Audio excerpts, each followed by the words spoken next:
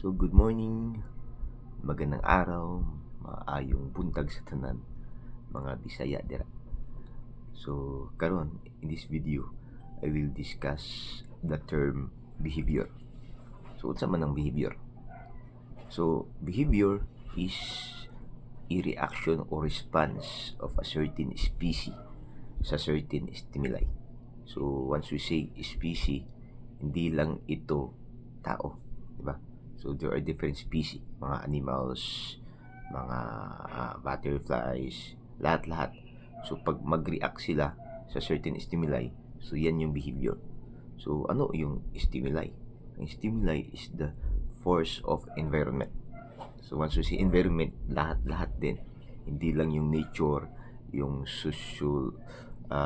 sociology or yung mga tao, pati lahat ng nakikita natin. Pag may force of nature, may force of environment, stimuli lang. So pag mag-react tayo, yan ang behavior. So once you see human behavior, sa tao mismo. So saan ba nagagaling yung behavior natin? Sa central nervous system. So once we receive the information sa central nervous system natin, so magpa-process yan. Then nara sa atua, ano yung mag-activate?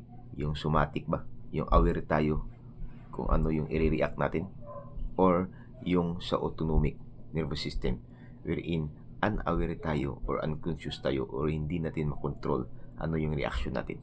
So example natin sa somatic nervous system, if mag-activate is itong, for example, nagsasalita ako, behavior ko to. So inaway ako, di ba? Then nagsalita ako, nag-explain ako, in rational way, somatic nervous system, kasi alam ko yung ginagawa ko.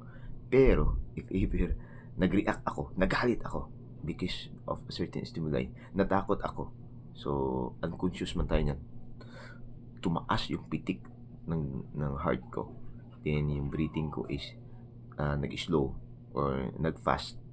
Ang tawag yan is autonomic nervous system. So behavior din yan. So ang tao, there are different reaction sa certain stimuli. So pag sinabi naman natin criminal behavior, so these are behavior or acts na hindi angkop, wala na align sa norms or standards sa certain society. So yung norms is ito yung normal behavior.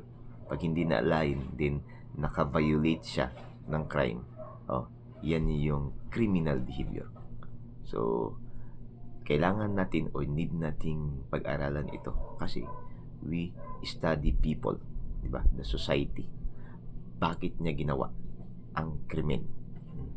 So behavior is a term na kailangan nating pag-aralan kasi nandito ito sa criminology na area. So if may mga terms na gustong ipa-explain, so feel free to comment down.